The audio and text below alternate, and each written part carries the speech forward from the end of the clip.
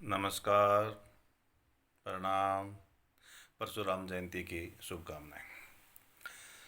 सज्जनों, आज पूरा भारतवर्ष भगवान परशुराम जयंती बड़े धूमधाम हर्षोल्लास से मनाया रहे।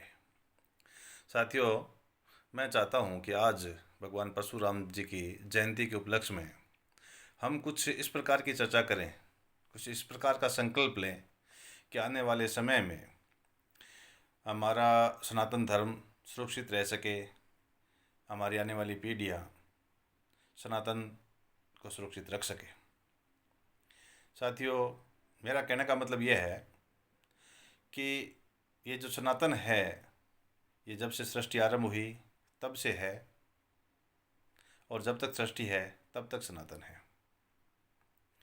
बाकी चाहे कितने ही मजहब हो, संप्रदाय हो, वो आए और गए, उनका इतना लंबा चौड़ा इतिहास नहीं है जितना हमारे सनातन का प्राचीनतम इतिहास है।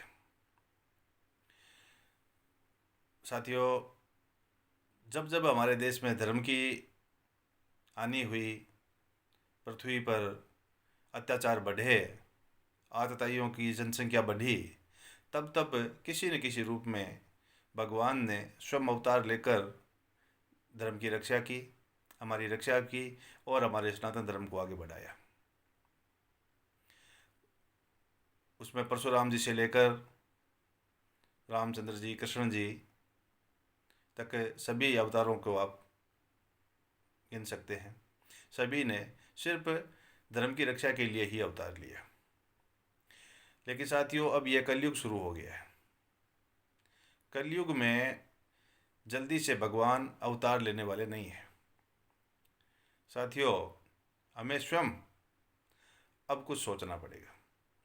इसलिए मैं चाहता था कि आज भगवान परशुराम जी की जयंती पर हम ये संकल्प लें कि आने वाले समय में हम और हमारे आने वाली पीढ़ी को हम शास्त्रों के साथ साथ अस्त्र शस्त्र का ज्ञान अवश्य दिलवाएंगे।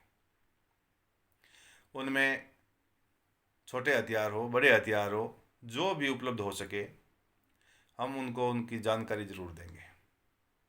साथियों, आज के दिन हमारी स्थिति ऐसी है कि हमारे घरों में सांप मारने को एक लाठी तक नहीं मिलती, और जिनसे हमें लड़ना है, चाहे वो वामपंथी विचारधारा हो, चाहे ईसाई मिशनरी हो, चाहे तबलीगी हो, वो सब लोग हथियारों से पूर्ण है।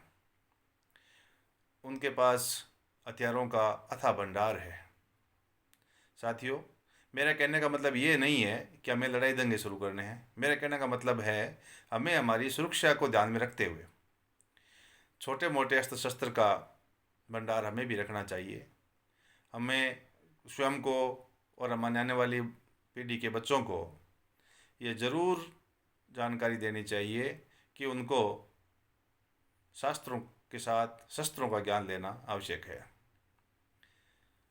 दोस्तों, हमारी किसी देवी देवता, भगवान अवतार, किसी की आप फोटो देखेंगे, सभी में उनके हाथों में अनेकों प्रकार के हथियार से सुशोभित है, और जब भी जरूरत पड़ी उन्होंने उन हथियारों को काम में भी लिया है।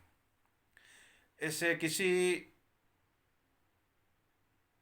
हमारे अवतार या देवी देवता ऐसे नहीं दिखते जिन्होंने कभी भी हथियार नहीं उठाए हो। उन्होंने अन्याय के खिलाफ, धर्म की हानि के खिलाफ हमेशा शास्त्रों के साथ साथ शस्त्र भी उठाए हैं और शस्त्रों का ज्ञान भी दिया है।